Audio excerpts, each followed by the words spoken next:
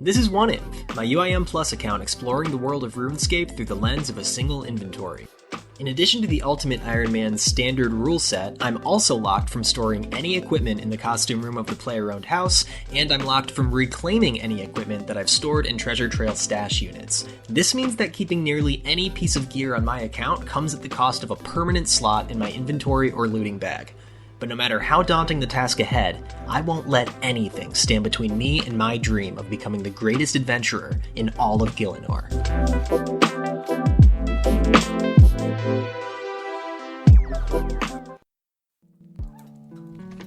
Hello, and thanks so much for tuning in to the Season 1 finale of OneInv, which is really just an arbitrary thing I decided and doesn't have any bearing on release schedules at all. In other news, the channel has officially broken 100 subscribers, which is actually unbelievable. We're in the 3-digit club now, and the view from up here is pretty corrupting. I really get why the billionaires do it now. This episode, we're finally facing off against that big ol' knucklehead Vanstrom Klause.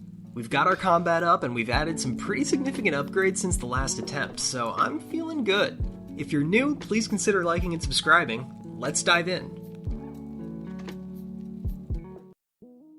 Alright, I've got my inventory set up with 3 prayer pots and 18 pineapple pizzas. They're a pain to make, but they heal for 22 hit points per slot, so gotta do it. And of course, we have the Blisterwood Flail, which gives a 25% damage bonus against vampires. The fight itself consists of 2 phases. During phase 1, Klause will mostly use a magic attack that heals for a portion of damage dealt. So, we'll be praying mage and using high magic defense gear to minimize that impact. Klause has 3 special attacks, one of which will be used after every 10 regular attacks.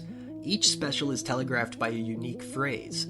My pet will feast upon your corpse summons an acidic blood veld that deals 40 plus area damage upon death, leaving behind acidic pools that damage on contact as well. Blood will be my strength summons a floating blood orb that boosts Vanstrom's magic attacks. The orb can be destroyed by luring him into it, dealing 30 plus damage on contact, but that obviously applies to the player as well, so we need to be careful about pathing. Stare into Darkness is the trickiest of the 3 specials. If you're facing him when the attack begins, Vanstrom will immediately hit for 40 plus damage. There's very little time to react, so I'm going to try clicking away after every single attack rather than relying on counting or reflexes. Phase 2 begins once Klause's hit points reach 0. He'll recover 200 health and begin calling down 1x1 lightning bolts every 2 to 3 seconds. Each bolt is telegraphed by a brief shadow on targeted tiles. It's extremely helpful to keep shadows off during this phase because the shadow visual is pretty faint. And that's pretty much it. Phase 2 is really just dodging lightning and trying to make his HP reach 0 before ours does. Okay, quick pit stop in Birthwarp to pre-pot for the fight. I don't want to give up any inventory slots that could be used for food, so this is a great way to get most of the benefits with none of the opportunity cost. Top off the prayer. I don't know if this is the fastest route, but it's what I'm doing. So to bring you up to speed a little bit, Sins of the Father is the 5th and final quest in the Myarchy series.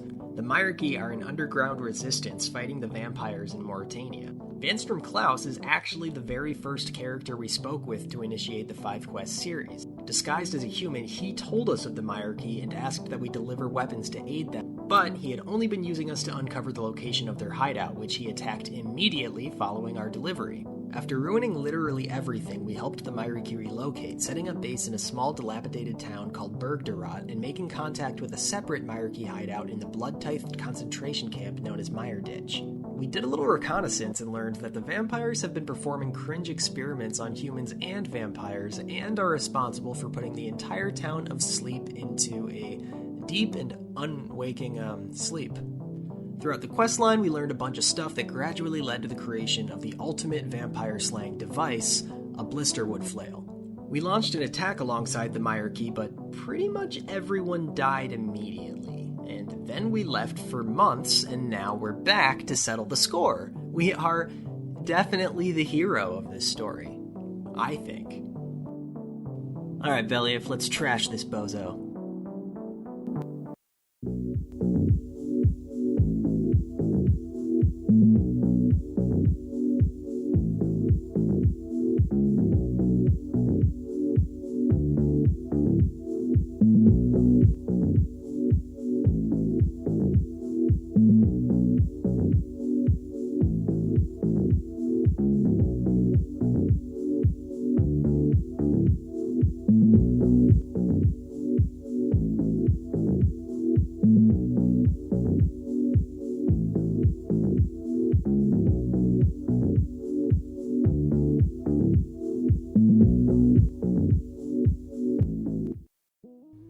close. So I really just decided to play melee the entire time, huh? That was pretty terrible. Nothing to do with my stats or gear, just, catastrophic user error. Well, no use dwelling on the past. Let's set up for another run. Vanstrom Klause? Oh, more like random clown, am I right?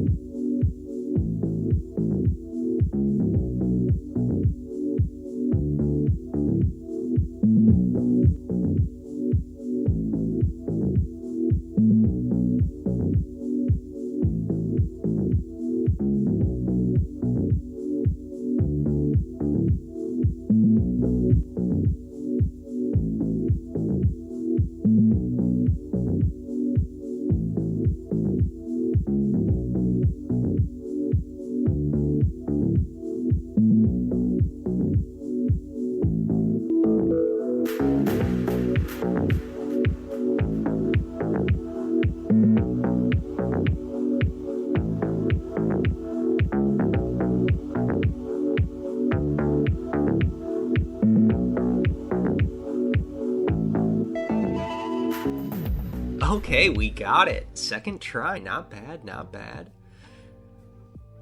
Oh, shit. Okay. Whew. That was close. Why, hello there, friends. Should probably avoid bragging about my victory. Guys doing it on mobile. No, thank you. Yo, Softlon, chill. Father. Well, that makes sense. Gross. What's happening?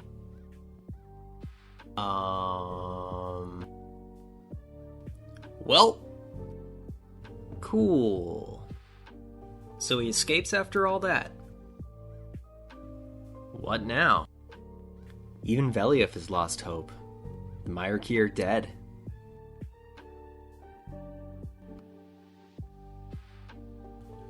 Huh.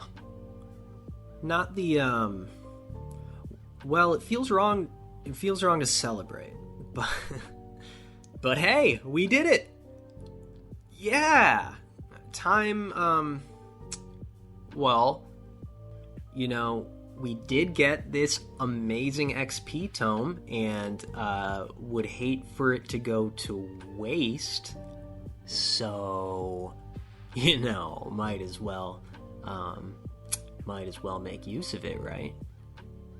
It's what the Myarchy would want, I'm sure. And you know, it's not like it was my fault or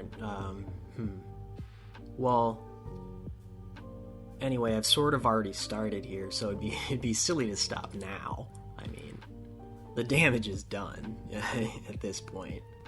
Like, what are we supposed to do? Just leave it on the ground, right? I can't. Honestly, I resent the implication that, you know, we should leave it, frankly. 77 herb lore, hell yes. That means we can finally make stamina potions. This is actually massive for the account. Not only am I going to get so much XP combining all my super energy potions with Amelie's crystals, but stamina potions were the bottleneck between me and 3 upgrades to the restoration pool in my POH. And at last, truly the end of an era. I've been carrying this stupid thing for months. Least efficient decision of all time. But it's done, and I am fettered no more. Be gone. And that's a wrap for Season 1. I know this episode was a bit shorter than most, but I am still shooting for the 20-minute range going forward. We achieved so much over the course of this season. These 10 episodes have been my first ever attempt at recording footage or editing video, and it's been such a blast figuring things out. I have big plans for this account, and I really appreciate all the support so far. Season 2 is just around the corner, so hang tight. We'll be kicking off by knocking out a bunch of achievement diaries before going for our first ever Abyssal Whip. Oh, and feel free to reach out in-game if you'd like to join our small clan grocer fight. Thank you so much for watching. Please consider liking, commenting, and subscribing if you want to keep up with the series. Bye!